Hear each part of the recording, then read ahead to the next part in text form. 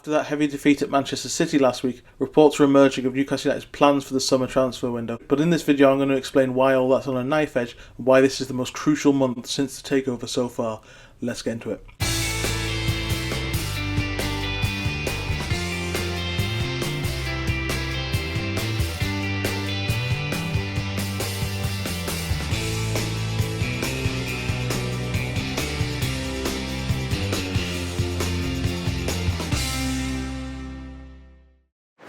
Hello and welcome back to my YouTube channel. Before we get going, as always, please continue to support the channel by liking the videos and subscribing to the channel. Looking to get to 1,000 by the end of the season. Really appreciate all your support, all your comments. Really feel like I'm growing a big community of Newcastle United fans, but also looking to branch out and do more non-Newcastle United content with this channel as well. So please do hit like on this video, get in the comments, let me know your thoughts on what I'm about to talk about, but also subscribe as well if you haven't already. It does mean a hell of a lot to me. I'm not going to focus too much on the Nottingham Forest game on Sunday. I'm recording this on Friday morning, so it might be a little bit old. I want this video to last a little bit. Lots of reports this week have emerged from various different newspapers, various different reporters who cover Newcastle, saying what is on the agenda for next summer. We know that Newcastle have a lot of headroom with PSR. Now that they've sold Miguel Almiron and Lloyd Kelly, that money will come in and it'll give them a real good opportunity. They've got the best financial situation since around the start of the takeover, according to Luke Edwards from The Telegraph. Plenty of different reports of players being linked and what they plan to do, how they're going to try and keep their star players as well. I am planning a specific video on Alexander Isak's future. I've got a big sort of explainer video planned on why I think Newcastle are in a really strong position regardless of what happens with Champions League football in terms of keeping Isak. But that said, I do want to go into the main crux of this video, talking about how everything is kind of on a knife edge in this next month. Over the next few weeks, it's the most crucial, most knife-edged point of the project, and since the takeover so far. Manchester City last week, you could argue it started then. They were humiliated 4-0. It was far too easy. They've got to bounce back against Nottingham Forest on Sunday, but then also go to Liverpool next week, Brighton in the FA Cup at St James's at the weekend, and then obviously they got to focus on West Ham in the middle of it, but Liverpool in the Cup final at Wembley, which is the big one. And Eddie Howe was asked last week if he was worried that his players were too focused on the final, and that's maybe what let them slip at the Etihad. He said that he hoped not, and he was really sort of, you can tell that he's really focused on making sure that isn't the case.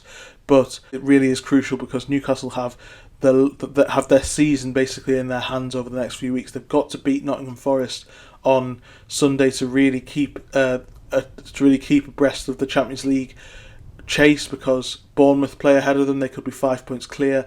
They could be 9 points behind Forest if they lose this game. Chelsea are in there as well.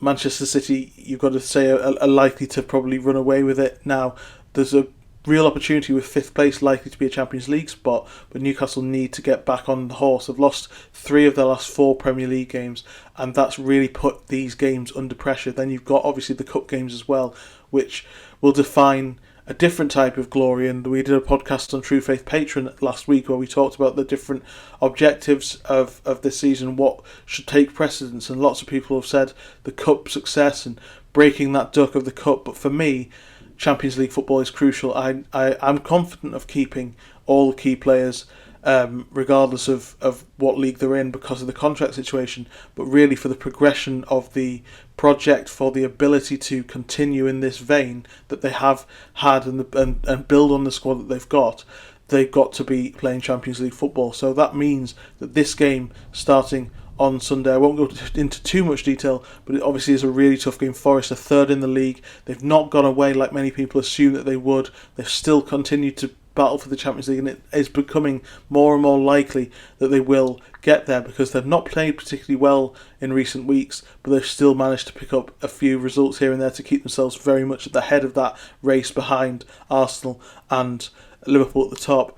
Even though they've lost their last 2 away games, which should give Newcastle a bit of confidence. They came to St James's Park last season on Boxing Day in Nuno Espirito Santo's second game and turned them over. They played their own game, and Newcastle allowed them to do that. And the worrying thing for Newcastle is that they did very similar things to what Bournemouth and Fulham did in terms of getting in their faces, stopping Newcastle's rhythm, and then imposing themselves on the game as it went on. And that is exactly what Forest will look to do in this game. Newcastle have got to be careful of that. As I said, this isn't a preview of this game, and I will hopefully be at St James's Park on Sunday and back here on Monday to do a reaction video as well.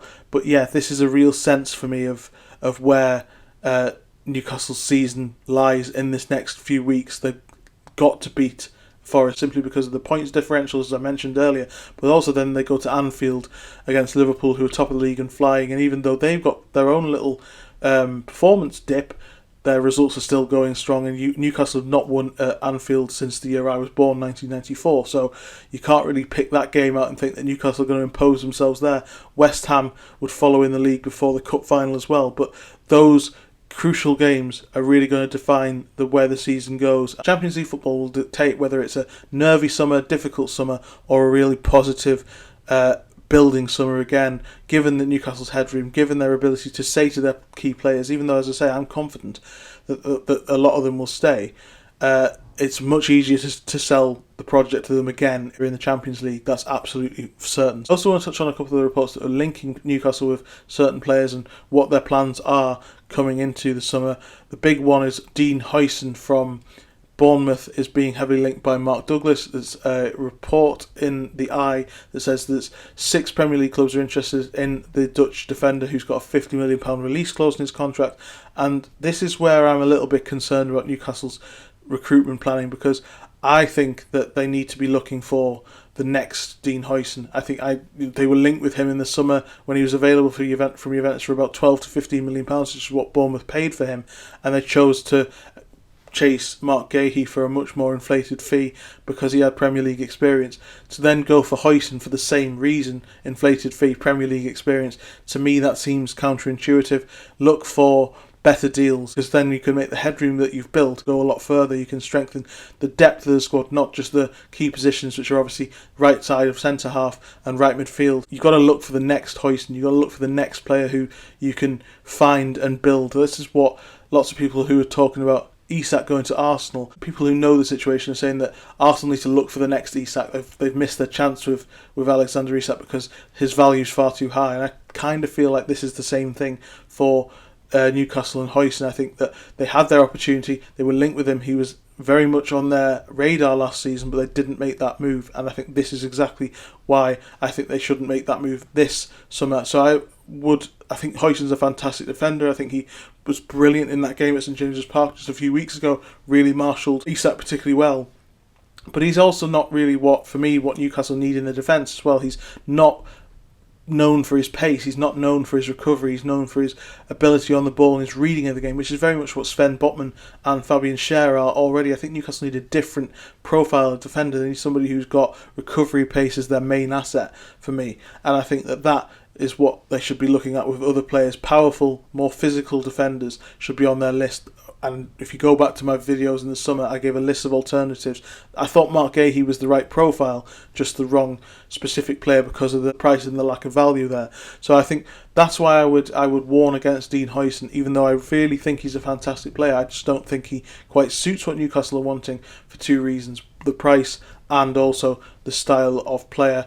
The other link this week again is James Trafford. Craig Hope from the Mail saying that that's likely to be done, and I think that's not really a surprise given he was heavily linked and the deal was all but agreed and then disappeared. I kind of think that the agreement has stood and he will be joining Newcastle next season, especially because of that headroom. £20 million was the fee that's been mooted, and obviously he's had a really good season, keeping 23 clean sheets in the Championship this year.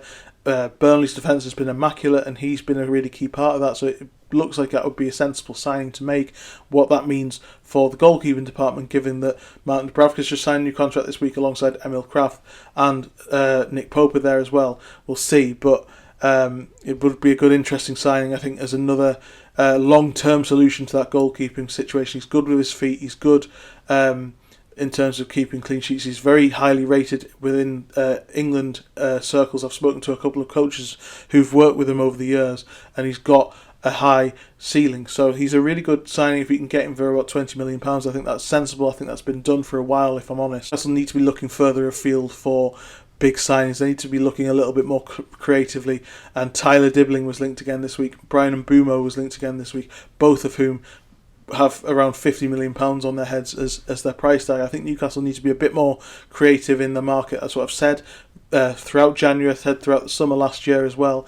So a little bit concerning in terms of the level of the prices that have been quoted for the players that have been linked. I think there's better value out there in my opinion, but we'll see how it goes. If all these things have to happen, Newcastle need to win these next few games, starting with Forest on Sunday, particularly. Then they need to back that up against West Ham in the league, but then Brighton and Liverpool in the cup, particularly. I think, not that you can write off the league game at Anfield, but that is a very, very difficult game. We've seen how at the Etihad last week there was a lot of positivity about this being the great opportunity, and then it just reverted to type. Newcastle don't have a good record imposing themselves at Anfield, so I'm not particularly confident. But if they win both Forest and West Ham, they can get themselves in a good headspace and get their form back going before the cup final, and also get themselves through to the FA Cup quarterfinal with another game away from Wembley as well.